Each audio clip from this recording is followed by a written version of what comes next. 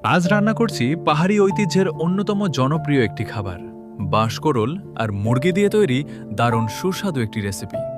চাকমা ভাষায় এর নাম বাচ্চুরি মালা, আর মারমা ভাষায় বলা হয় মহায় খলম। প্রথমে গোলমরিচ, এলাচ, লবঙ্গ, দারুচিনি আর জিরে হামানদিস্তায় ভালো করে পিষে নিলাম, যাতে মশলার আসল ঘ্রাণটা বের হয়ে আসে।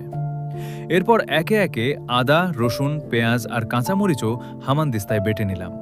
তারপর অনেকটা ফ্রেশ ধনেপাতা কুচি করে রাখলাম। এদিকে মুরগির মাংস ছোট ছোট টুকরো করে কেটে প্রস্তুত করে নিলাম।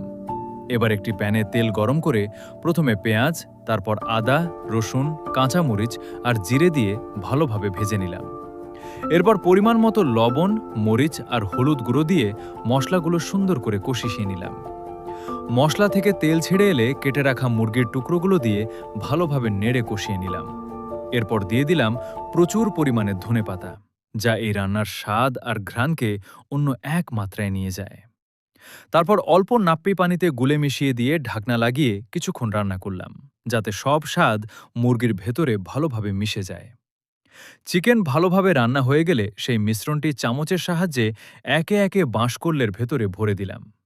সবগুলো বাঁশকোরল ভর্তি করার পর আবার সেগুলো প্যানে থাকা চিকেনের মিশ্রণের সঙ্গে দিয়ে অল্প পানি যোগ করে ঢেকে কিছুক্ষণ রান্না করলাম।